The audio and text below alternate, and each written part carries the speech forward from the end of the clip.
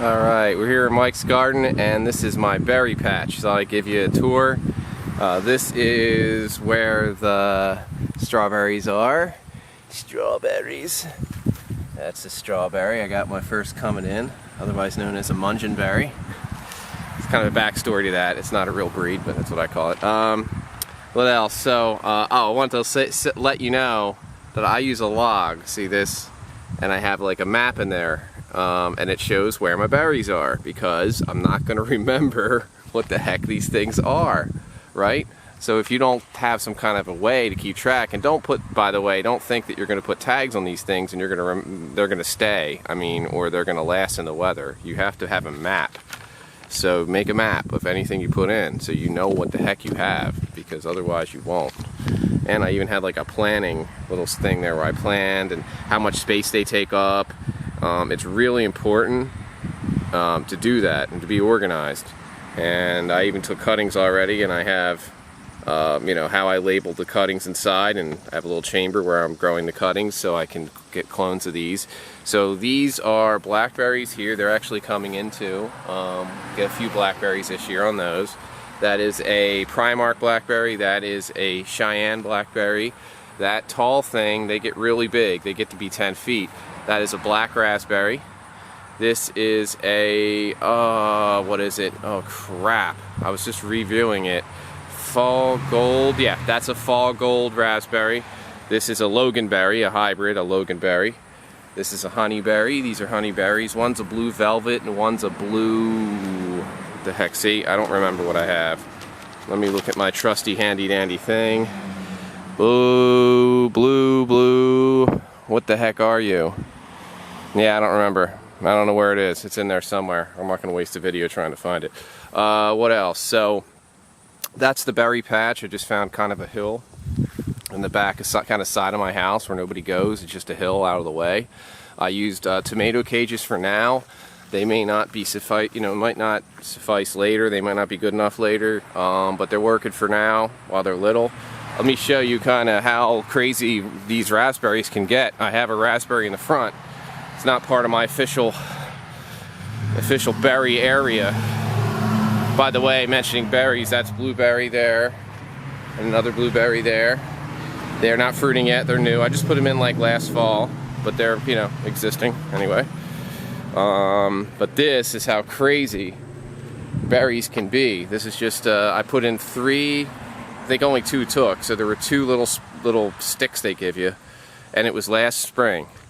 And then so a year later, you just have a just magnificent. They're kind of in between. These come in twice a year. They come in the spring and in the fall.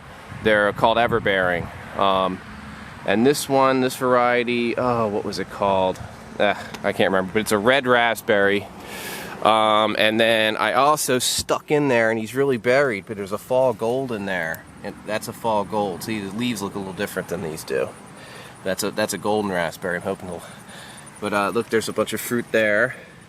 Just overwhelmed with fruit. If you look underneath, you can find the fruit. But there's a lot of fruit. But they just go crazy. I have to keep tying them back. See the ties? They come into the. It's crazy. They keep coming in to see the path. You can barely walk by, so I keep trying to train them back, but they're out of control. I'm kind of okay with them being out of control, actually, because I eat them. So more fruit. I get, I don't know, at least decent small bowl of fruit every day, almost out of it. Pretty crazy. And then, oh, by the way, they always say, they could be invasive and this and that, right? Well, because they trail, and if you let the tops go into the ground and touch the ground, they root. Well, I did it on purpose. I took this, I bent this over, and I put it into the ground, and now it's sprouting. So I'm going to chop this. I'm going to cut this from the mother plant, and it'll be its own little plant. And then I'm going to transplant it into the berry patch, because I don't have red raspberries in the berry patch yet. That's a seedling, actually, back there. Going to give it to a friend of mine, but because it's got to come out of there, because I have this cherry here, this Hanson Bush cherry in front of it. So, but it's so well rooted that I really it's a project to get that out without killing it. So I'm going to try to put that in my berry patch since, like I said, I got no red raspberries over there, and I want to get some over there. Yeah, this is how crazy, though, they can get. So that berry patch is going to just be filled once it's all said and done. It's going to be pretty outrageous. So yeah, and this is the front yard. What's going to have going on? Like I said, I got the blueberries. I got little bee flowers. Look how pretty. These are about ready to harvest. These what are they called? It's some kind of seed. I'm delirious.